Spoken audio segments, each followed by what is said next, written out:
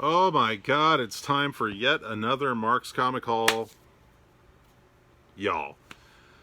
Whew! Man, I have had to make several videos to try to catch up because I had to take a couple weeks off while I was planning Dallas Comic Show, and this is probably going to be the biggest of the catch-up videos because this video is going to contain back issues that I picked up along the way and a rather large quarter comics haul from Geek'd Con in Shreveport. So let's get into it because there's a lot of books to cover here. Some really cool stuff, including a few signed books, which I'm going to start off with. So if you guys like this content, my name is Mark Walters. This is called Mark's Comic Haul, y'all. I do these haul videos, mostly new stuff, but sometimes you see some older stuff in here too. If you like this, please do me a favor, like and subscribe down below. I would very much appreciate it. Okay, so I'm going to start right off with some of these books came from Titan Comics. This is Jeremy got in a whole bunch of signed comic books. So this is X-Men number, what is the number on this? What is that number right there? Can you see it? I cannot read that. Why can't I read that? It looks like it says, and that can't be right. It looks like it says 22, but that can't be right. Well, anyway, this is the, or is it 33? I don't know.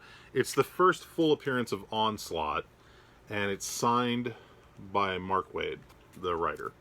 And this is a book that I've had before, but I didn't have it currently. And hey, it's signed by Mark Waid. Why not? The price was right. This is the one I was really excited about. So he had Usagi Yojimbo from Dark Horse Comics, and it is signed by Stan Sakai. But look at this.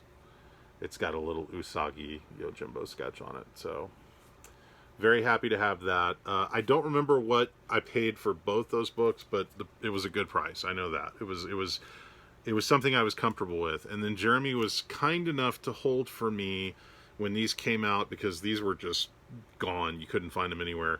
This is Stray Dogs. This was a 1 in 10 that they did. It's a parody of the Crow movie poster. And I really, really wanted this. And I went to like 3 or 4 different stores and all of them sold out. And Jeremy was kind enough to take care of me on that. So at Titan Comics. Thank you, Jeremy. What is this? This is Stray Dogs issue 5 second printing. I don't know if you guys can see that, but it's issue 5 second printing. That's what it says on the bottom. But it was a 1 in 10 that they did. And then this is the Me You Love in the Dark. This is the Scotty Young variant cover, which also was really hard to find when this book first came out. A lot of places sold out of this really quick. So I was lucky enough to get a copy of that from Titan Comics. So thank you to Jeremy from Titan. Okay, so these books are from a place called Madness Comics, which is located in Denton, Texas. Not to be confused with Madness in Plano. There are 2 different Madness stores.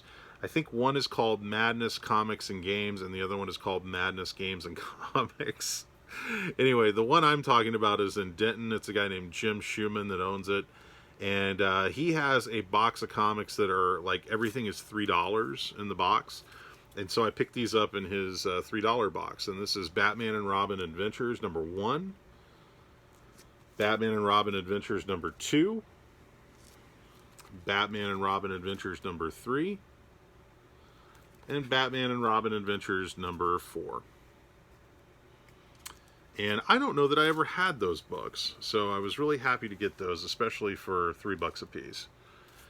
He also had this. This is Marvel Age number 25. You're going to see some more Marvel Age later, but this one is kind of in demand because this is the 4th appearance of Rocket Raccoon. Right there. There he is. And it features an interview with Bill Mantlo. Yeah. So that's kind of cool. I don't think I've ever had that Marvel Age issue before.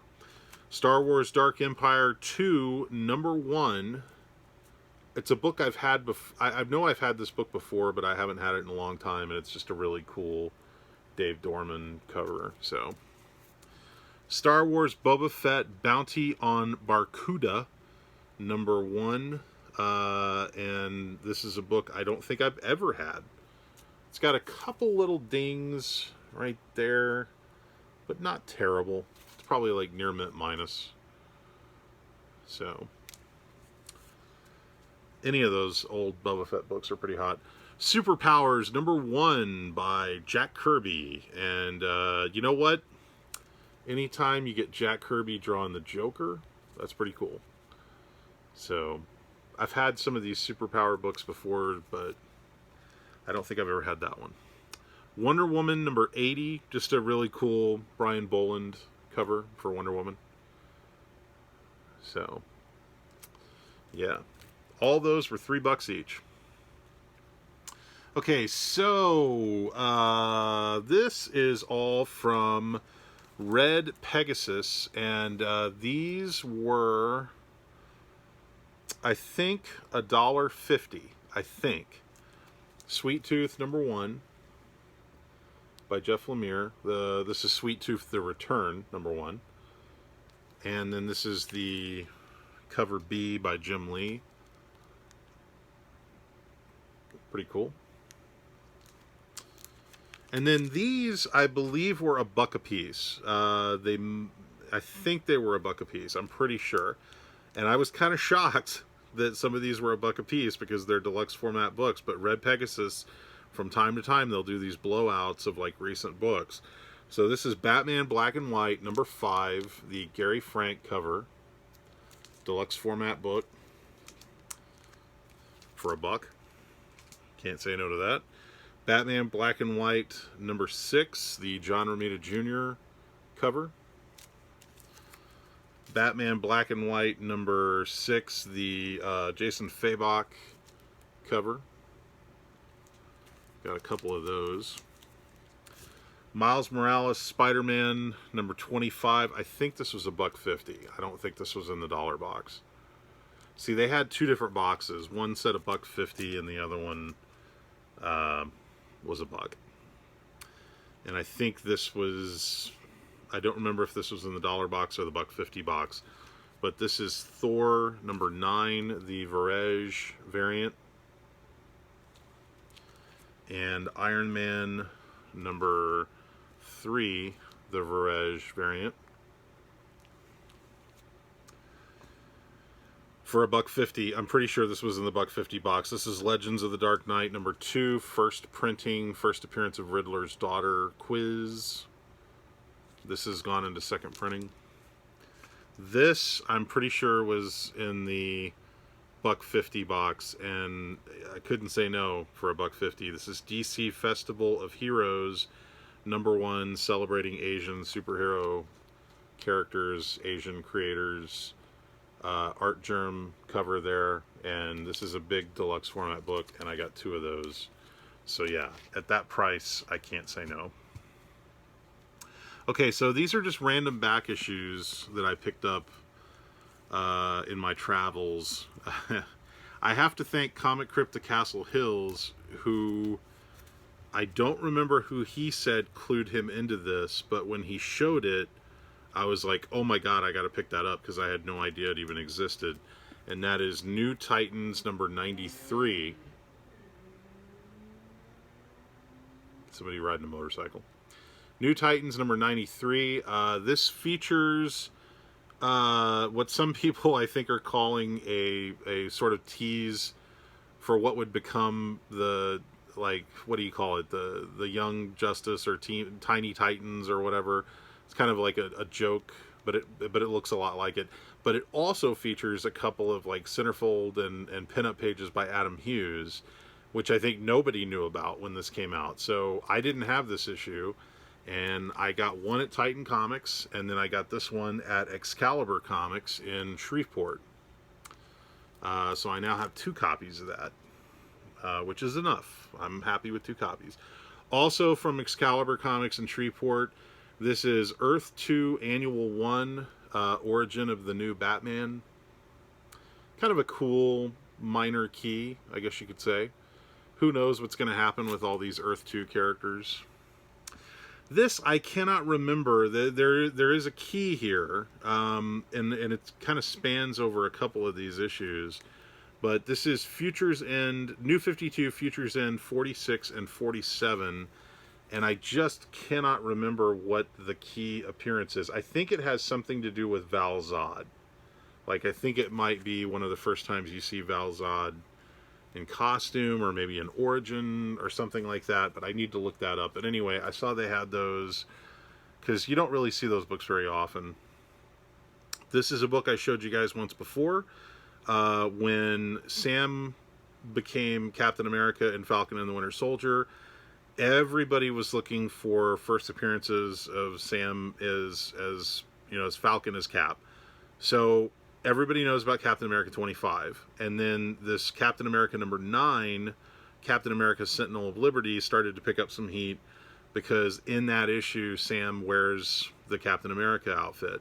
Well, this issue, number 8, is the one that everybody overlooks. And it, on the very last page of this book, Sam puts on the Captain America costume.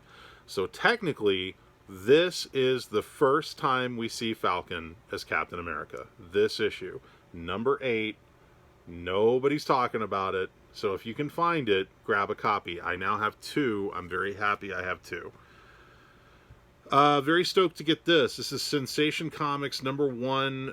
This is the, what do you call it? The DC Millennium reprint. And it just reprints the first appearance of Wonder Woman. And I've never had this, so I was very happy to get it. Have to go back and read that story. So I just picked these up at Zeus Comics. I was going through their back issues, and I've seen some people showing this off in their hauls. In fact, I know Comic Crypto Castle Hill showed it in his haul. And this is one of those books that I just overlooked when it came out, but I love the title, and it is a Skybound book, and hey, you never know. Skybound definitely has the ear of Hollywood. So, 6 sidekicks of Trigger Keaton, and this is the Erica Henderson cover B, and I just didn't have it, so I thought I would pick it up. I thought it was a really cool cover, and I love that title, 6 sidekicks of Trigger Keaton. Cool book. They also had some She-Hulks, which I think they just recently got in a collection, and these are Savage She-Hulks. So this is the original She-Hulk title. And these, you do not see these books. If you do see these books, they are almost never in good condition. So when I saw these and I saw how nice they looked, I was like, yep, I got to pick those up now because I probably won't find them later. So this is Savage She-Hulk number 8. I love this cover by Michael Golden with Man-Thing and She-Hulk. Really, really cool. Look at that black cover. Like, what are the odds of finding that in good shape? I got these at a pretty good deal. Some of them were marked actually pretty high. This is kind of a fun issue. This is She-Hulk, Savage She-Hulk number 13, featuring Man-Wolf. There's Man-Wolf tied up. Anyway, I thought these were really nice. And I don't have any of these. Savage She-Hulk number 14, also featuring Man-Wolf and Hellcat, Patsy Walker Hellcat. Really nice cover, kind of almost like a Star Wars type of thing going on there.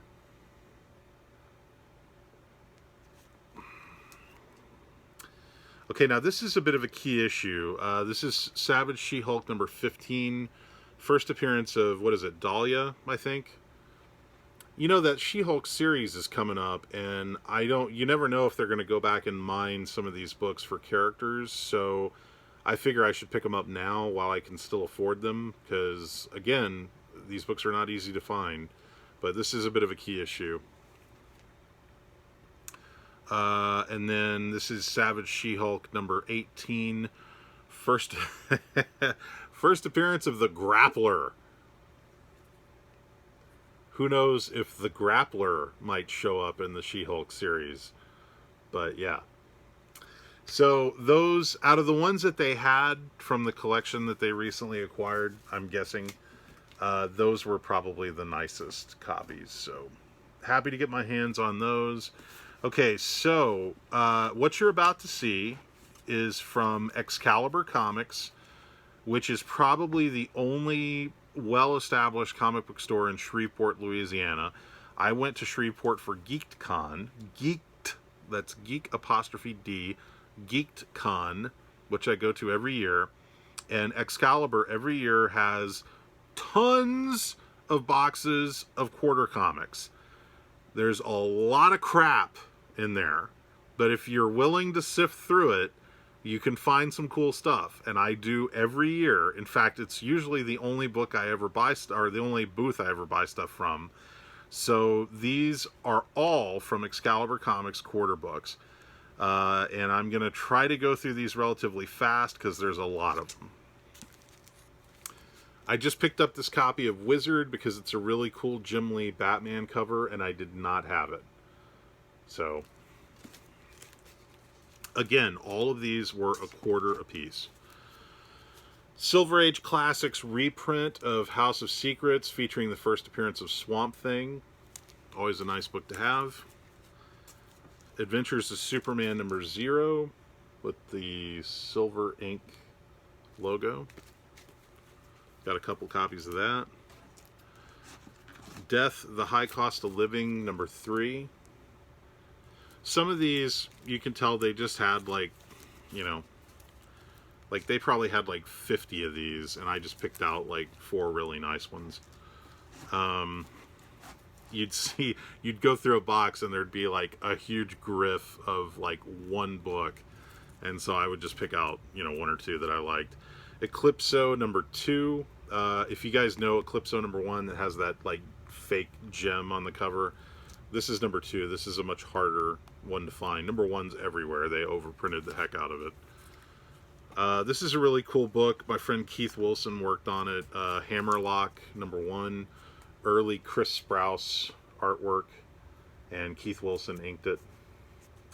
So yeah, cool book. Hammerlock from DC.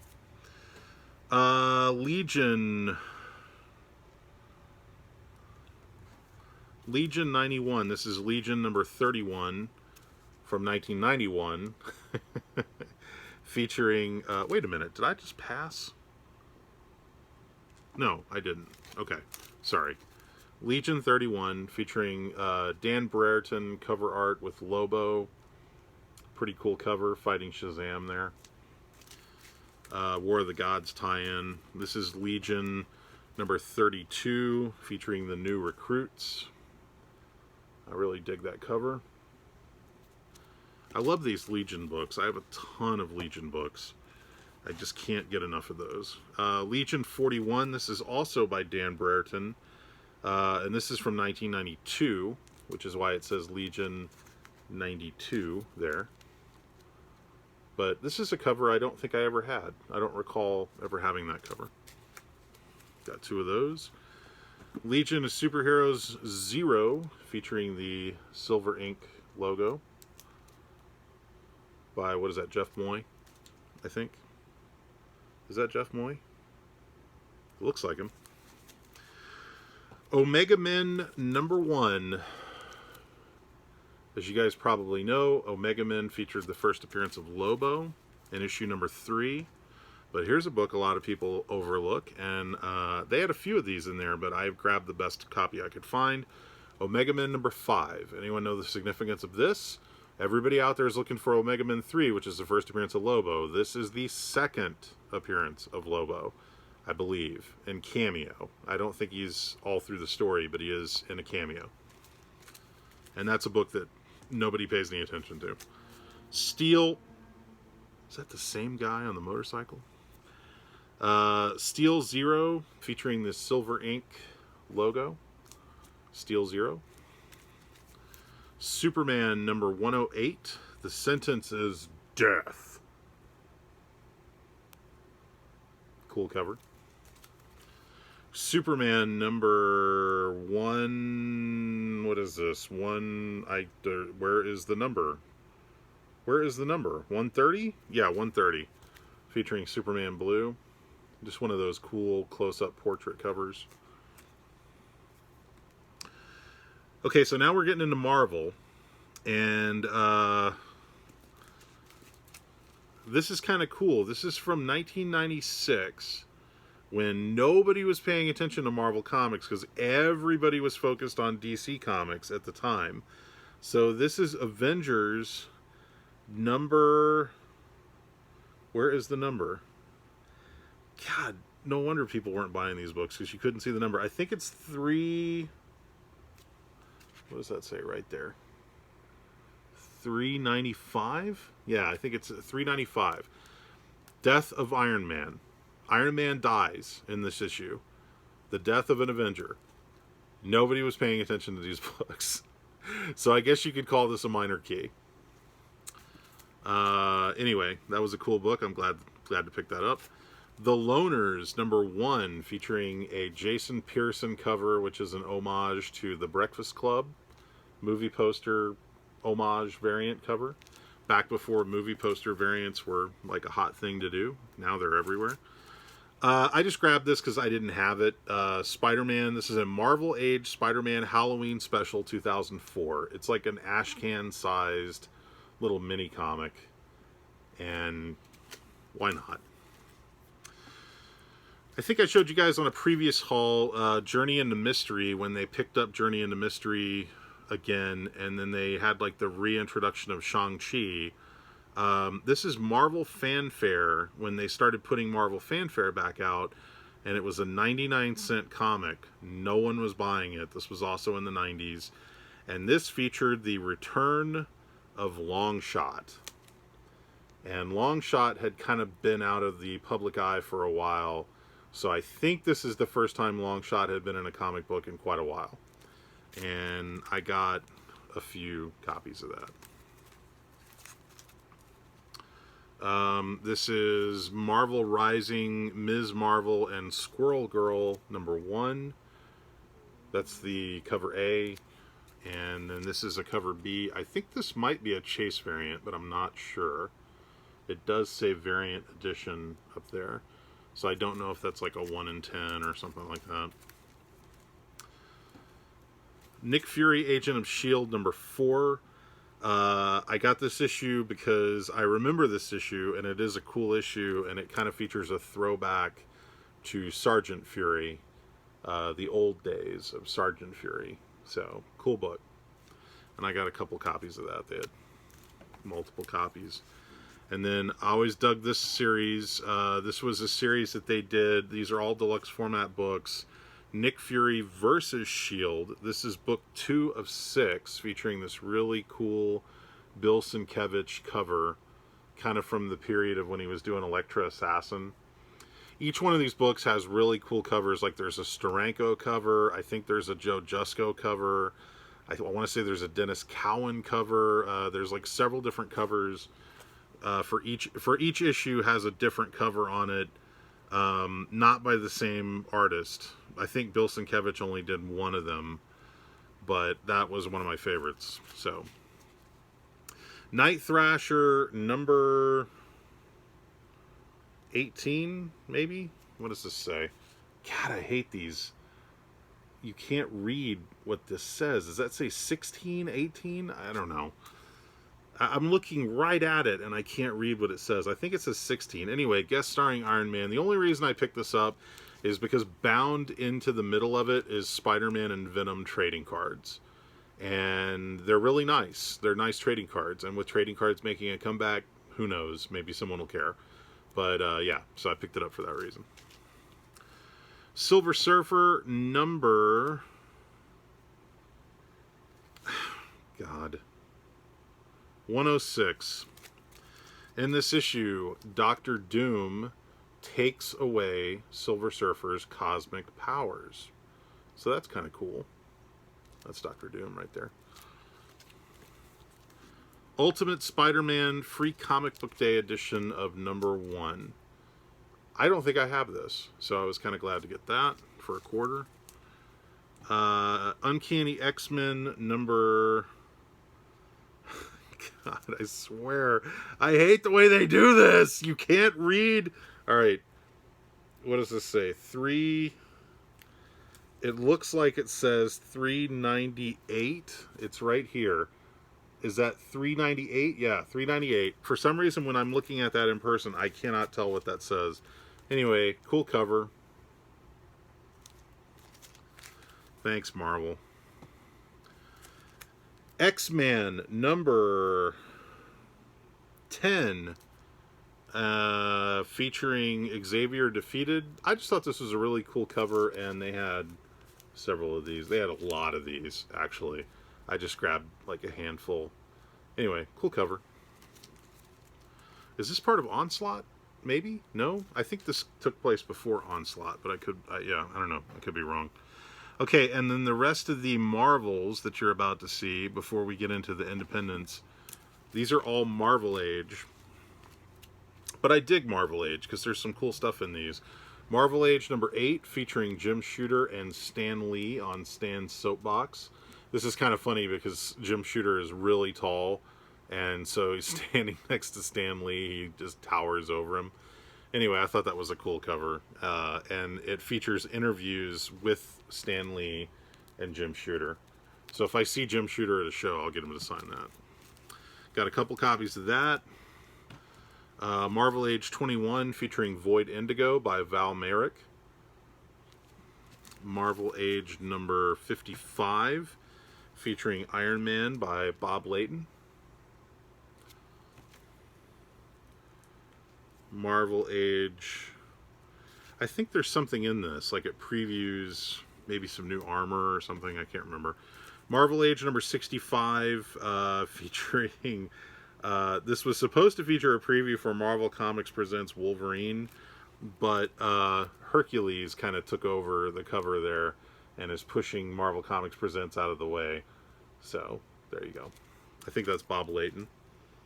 Yep, Bob Layton. This I thought was a really cool cover, but I am not convinced that this Namor is Jim Lee. So this is very much Jim Lee, Wolverine, and Punisher. And it's a really cool Wolverine and Punisher by Jim Lee. But I don't think that's Jim Lee Namor. Yet on the inside, it credits the cover solely as Jim Lee. I want to say that's like Rich Buckler or Sal Buscema or something like that. That does not look like Jim Lee. At least the face and the head does not look like Jim Lee. So I'm guessing they probably added that element onto this cover. Or maybe there was something else there and they replaced it with Namor. Anyway, I thought it was a cool cover except for that. But yeah, it features some cool art on the inside. Marvel Age 68, featuring Havoc and Wolverine by, what is that, John J. Muth, I think, from that deluxe format book that they put out. Is that who did that?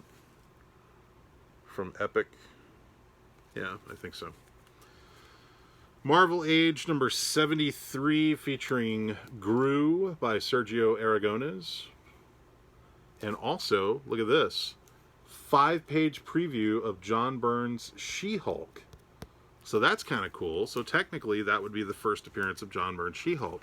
And speaking of John Byrne's She-Hulk, how's this for a nice little cheesecake cover? She-Hulk by John Byrne. Look at that. Sunbathing. Gotta love that. And it features a corner box with She-Hulk too. Marvel Age number 78, featuring Quasar by Paul Ryan.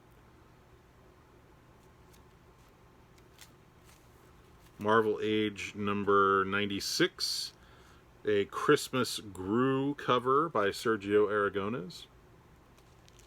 That's pretty cool.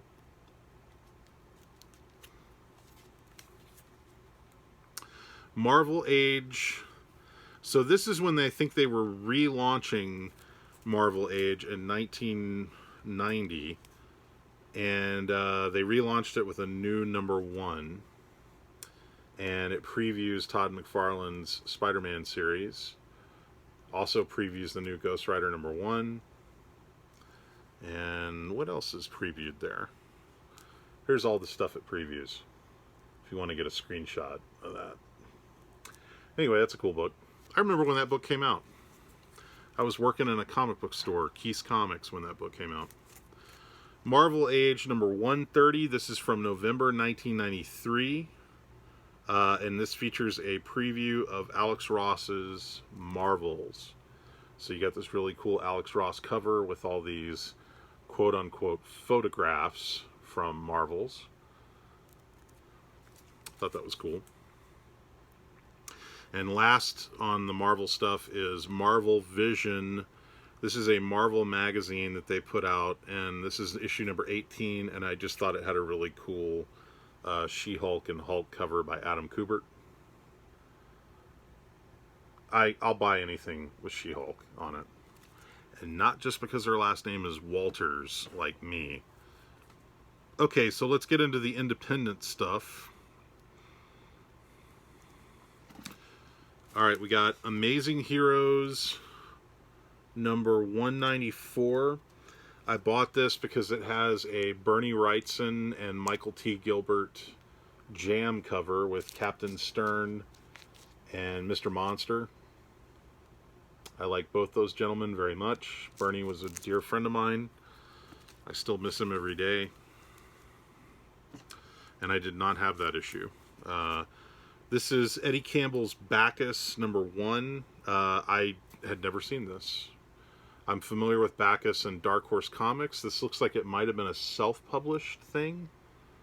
Because I don't think this is Dark Horse. I'm pretty sure it's not Dark Horse. I could be wrong, though. Black and White, Codename Black and White, number 1 by Art T. Bear. This is kind of interesting. I was surprised to see they had this. This is Creed, The Good Ship and the New Journey Home from Lightning Comics, number 1. And they had 2 copies.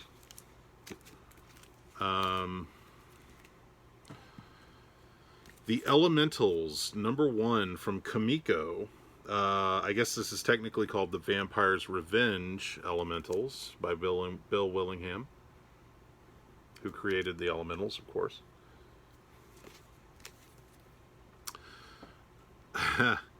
This is one of those EC reprints, I think from Gladstone, and this is from Extra, number 1.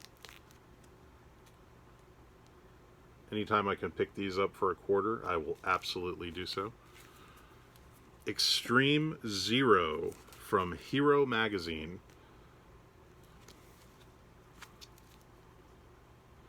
This is back when Rob Liefeld was doing Extreme Studios, and so this has a couple different, like, 2-page, I think it's like 2-page stories of different characters they were going to try out. I think that's the first appearance of Cyber, maybe? Okay, Nat Rat, Nat Rat number 100, and this is done to be a parody of, what was it, Batman number 400, that really cool Bill Sienkiewicz cover. So this is supposed to be a parody of that cover. Pretty funny. Little manga action. We got Gray number 1. Yoshihisa Tagami. Story and art by Yoshihisa Tagami. This is Gray, number 1. It's a big, thick, deluxe format book. See, this is the thing, like, when you go through their quarter boxes with Excalibur, you'll find really weird stuff like that in there. And, like, I don't know anything about that, but I'm intrigued. Kelly Jones Hammer, The Hammer, number 1.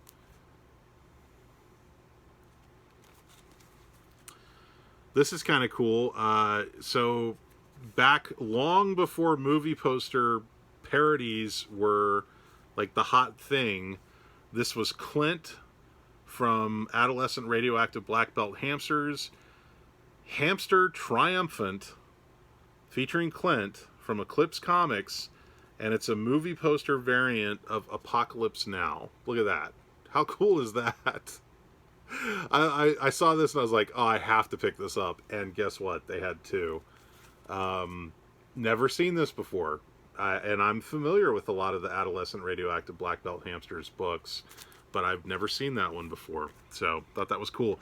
Speaking of stuff I'd never seen before and was intrigued to find, this I thought was really neat. So, I'm a big Arthur Adams fan, and I would dare say I have almost every cover that Art Adams has ever done. with maybe a few exceptions. This is, I've never heard of this. It's something called Inmates Jailbreak from Delta Publishing, number 0, featuring a cover by Arthur Adams. And it's a really cool cover. Like, some really cool stuff going on there. But I've never, ever heard of this. I don't know what that company is. Delta, Inmates, Jailbreak, never heard of that. Issue 0. I don't know what this is. I don't know where it came from. I've never seen it. So that was news to me, and I managed to get 2 copies of it. So I'll add that to my Arthur Adams collection. There's another one coming up here, also from Arthur Adams, that you'll see. This is called Johnny #1, New Voice Comics. I'm guessing this is an underground comic book. I've never seen it before, but it features 7 artists and writers reflect on the impact of John Lennon. Never seen this. I'm guessing it's a low-budget underground, maybe fan-produced, probably a couple thousand copies were made. Anyway, John Lennon comic book. Why not? Lone Wolf and Cub, number 7, from First Comics, featuring a cover by Frank Miller. And this is a big, thick, deluxe format book for $0.25. Happy to get that. For a second, I thought this was kind of cool, and I'll tell you why. If you guys were around when Malibu started putting out all their comic books, like the Ultraverse, so if you picked up the Malibu Sun, and then I think you had to buy like 6 or 8, maybe even 9 other Malibu comic books, they all had coupons in them. And if you clipped the coupons and sent them in, you got like a Malibu Comics 0 that had a cover by Jim Lee. Well, one of the coupons is in Malibu Sun #1, so you had to clip that, and then you had to get the other comics. So I got this, and I was like, oh, that's kind of cool, nostalgia, whatever. And then when I got to like the last box that they had this many of these, and I was like, oh, okay. And I had already bought this, so it was too late for me to put it back, but I probably should have grabbed a few more just out of nostalgia's sake. This is from Caliber Comics. It's called The Mechanoids #1. I just thought it was a cool cover, and I got 2 of these, and these look like they just came off the press. There is nothing wrong with these. Caliber Comics were pretty low-printed independent comic books, so I don't know. I thought that was kind of cool. The people that worked on it were not people I had heard of before, but I still thought it was cool. Newman #11, not to be confused with Newman. Newman #11 from Extreme Studios and Image Comics. This is the 1 in 5. I think it's a 1 in 5 variant cover by Todd Nauck. Kind of a cheesecake cover there. Yeah. Okay. Here's another Art Adams cover that I did not have. Now, I do remember seeing the advertisement for this, but I don't remember ever actually picking up a copy off the shelf. So this is Oblivion #1 from Kamiko. And I think this is when everybody was trying to compete with the Image Comics boom.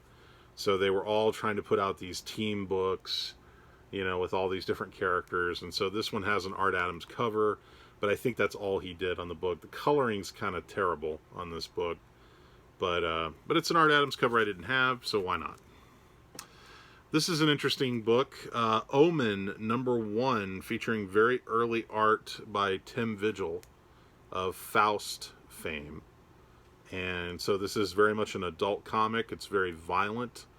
And they had Omen #1, and they had Omen #3. I don't know what happened to #2, but these are interesting books because you don't see them very often. I've never owned a copy of either one of those, and I'm a Tim Vigil fan, so if that tells you anything. Okay, guys, we're in the home stretch, so stay with me. I'm almost done. We've got Image Comics introduces Primate. Wow, this is already a 40-minute video. I apologize. This I thought was kind of cool. Premiere issue, Pure Images, #1, The Birth of Spider-Man. What this is back in the 80s, they were putting out all these kind of like fanzine type they were comic book format books, but basically they just had interviews and behind the scenes information about different comic books. This one has a whole bunch of behind the scenes interviews and pictures from all the Marvel creators on Spider-Man.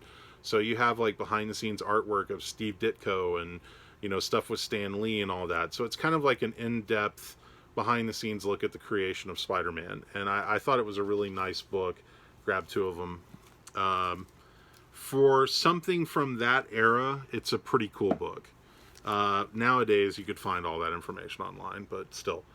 RoboCop versus Terminator #1 by Walter Simonson. Featuring a silver ink cover there. This was a Dark Horse comic that I remember at the time when it came out was pretty hot.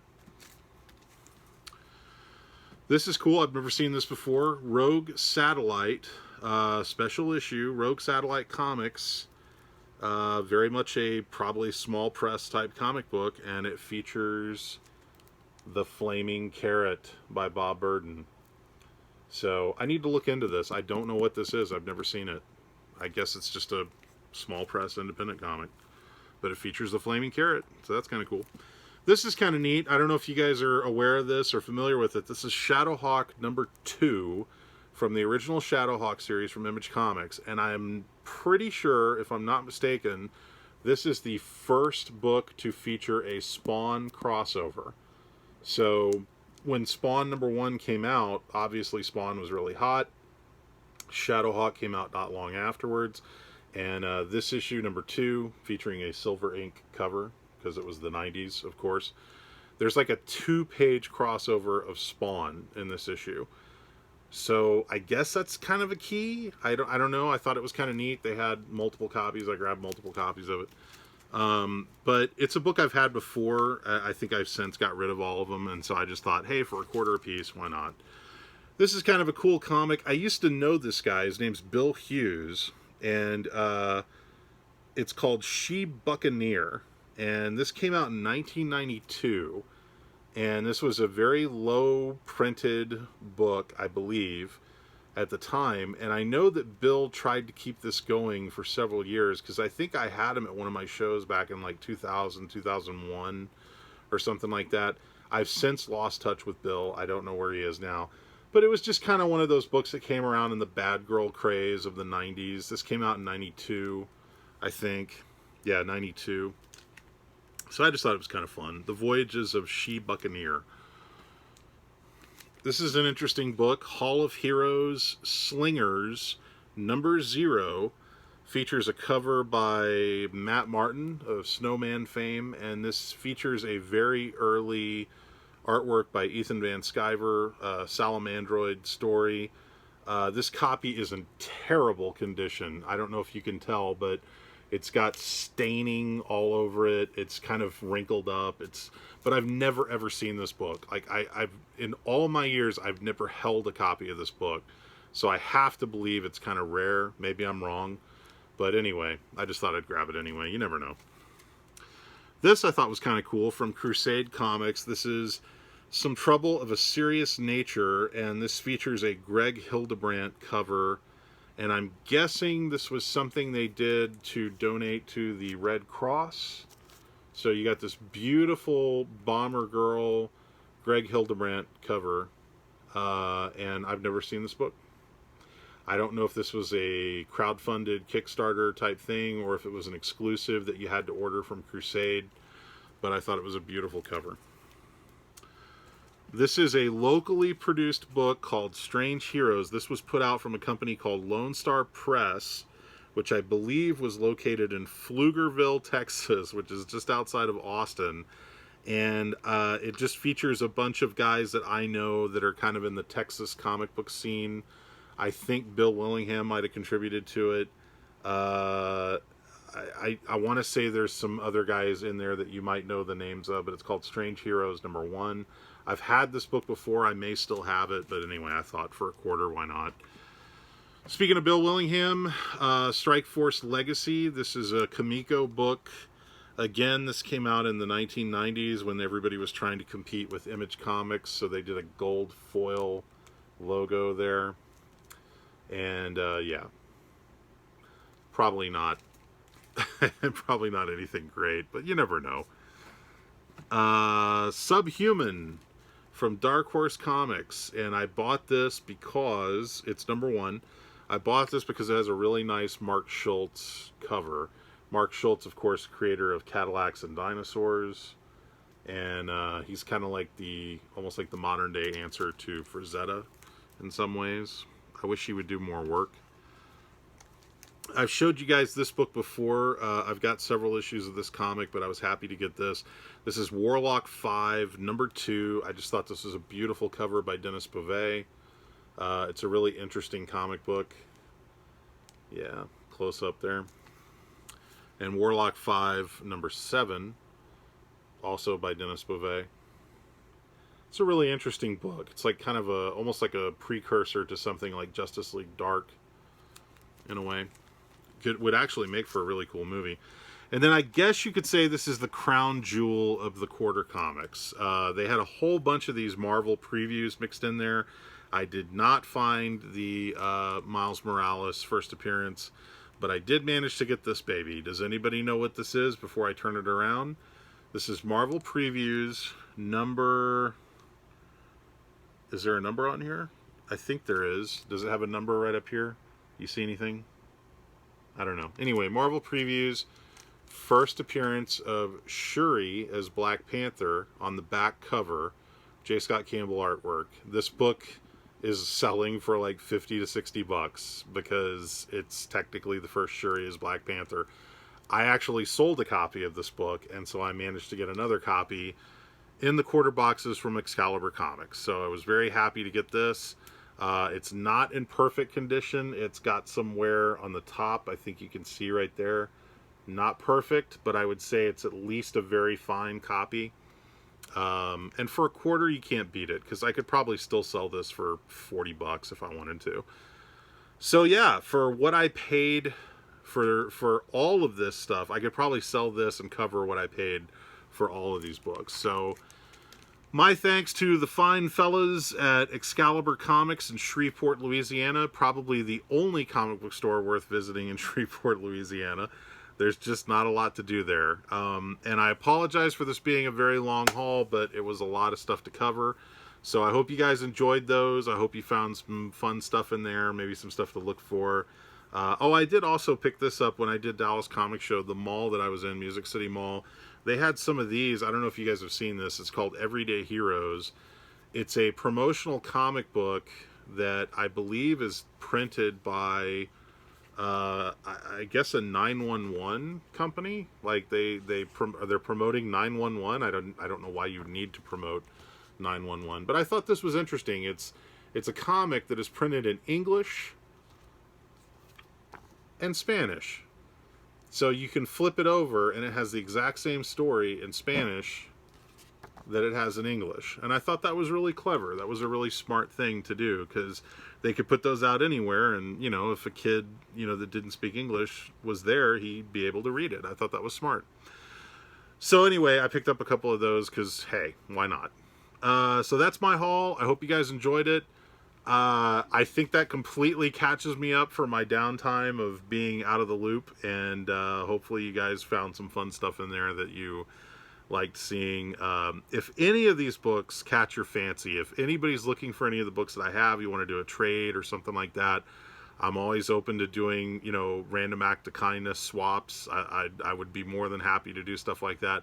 Just hit me up in the comments below. Let me know if you're interested in anything. And that's all I got. So shout out to Sean Hogan, my buddy Sean Hogan from the UK, who's always good about commenting on my videos. Comic Crypto Castle Hills, Spidey Fan, Free Energy, Ian Hunter. Who am I leaving out? Mr. Rigamortis 86 always does some cool stuff. Fred Hall Direct Edition. You should definitely be checking out his videos. Who else am I not thinking of off the top of my head? Anyway, lots of great stuff on YouTube. Again, guys, if you enjoy this content, my name is Mark Walters of Mark's Comic Hall, y'all. You can find out more about me at bigfanboy.com or DallasComicShow.com. Dallas Comic Show is coming back November 6th and 7th. First guest announced is Howard Chaykin.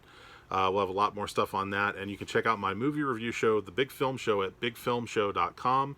In the meantime, please like and subscribe. Mark's Comic Call, y'all, out.